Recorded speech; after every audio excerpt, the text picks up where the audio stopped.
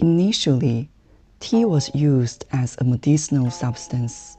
However, by the Tang Dynasty, people mainly drank tea for the enjoyment of its flavor.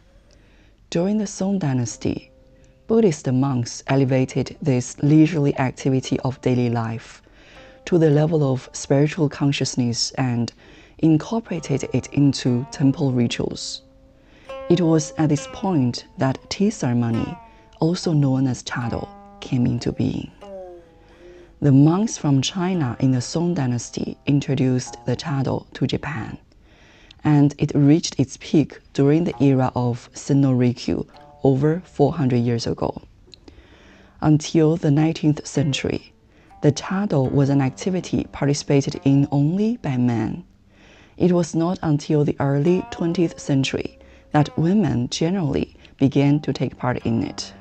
The Chado integrates daily life behaviors with religion, philosophy, and aesthetics, evolving into a comprehensive cultural and artistic activity.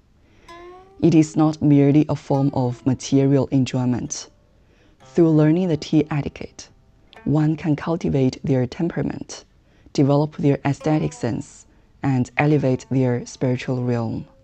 Of Ichigo Ichi-i in the Chado not only expresses the importance of cherishing every interaction with guests, as the same interaction will never occur again.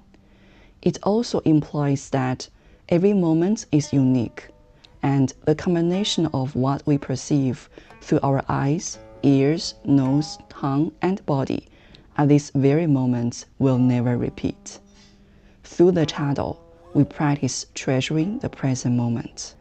Here, I share some methods of elevating the spiritual realm through Chado practice. These methods can also be applied to other art practices, as well as daily life and work.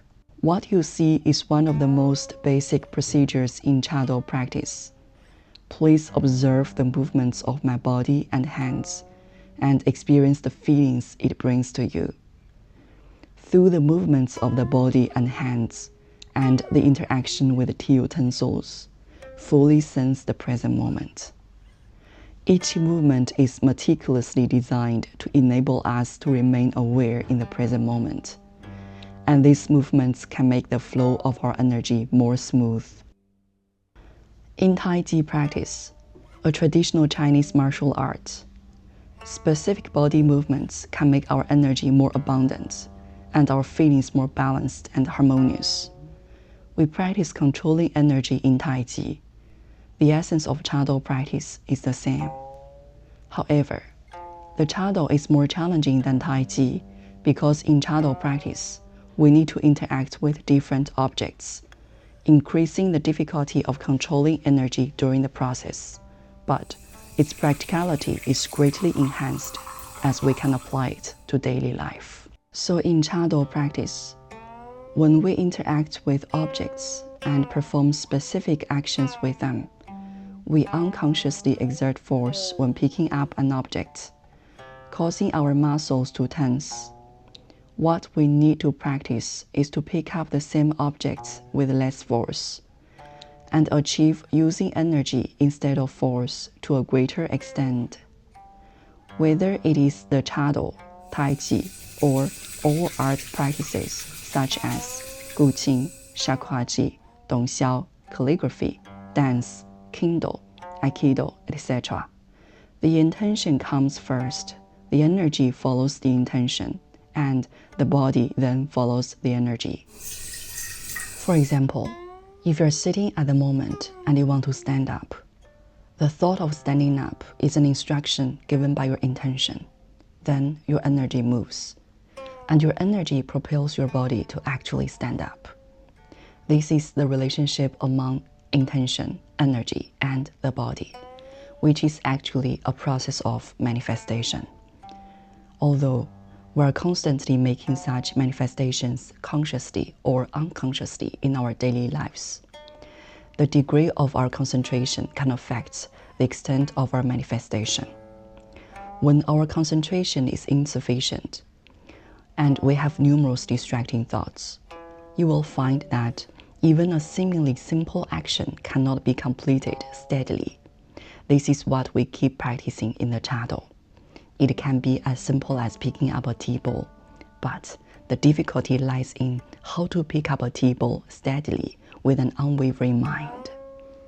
A highly skilled tea master can even sense what kind of thoughts are disturbing the person performing the Chado.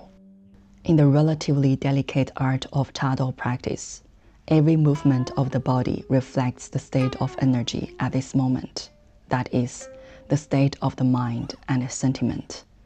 By observing the movements of a person's hands, one can judge whether this person's mind is pure and their thoughts are positive at this moment. You can see that I only have one action with my hands at a time. It progresses slowly, orderly, and firmly forward. This is practicing the principle that slow is fast. We all know that the more impatient and eager we are to be fast, the more mistakes we make, and the slower the development of things becomes. If we proceed patiently, step by step, with a plan and firmness, although it may seem slow, it will move forward steadily and unstoppably, and ultimately achieve the result more quickly. When we maintain full mindfulness from one action to another, if the entire process is in a state of mindfulness, our actions will naturally appear more gentle and elegant. However, if there is no mindfulness between one action and another, we will seem more restless. When you see that my body sways up and down more when picking up an object, essentially, the dantian, the core, moves first, then the body, and finally the hand, connecting each section.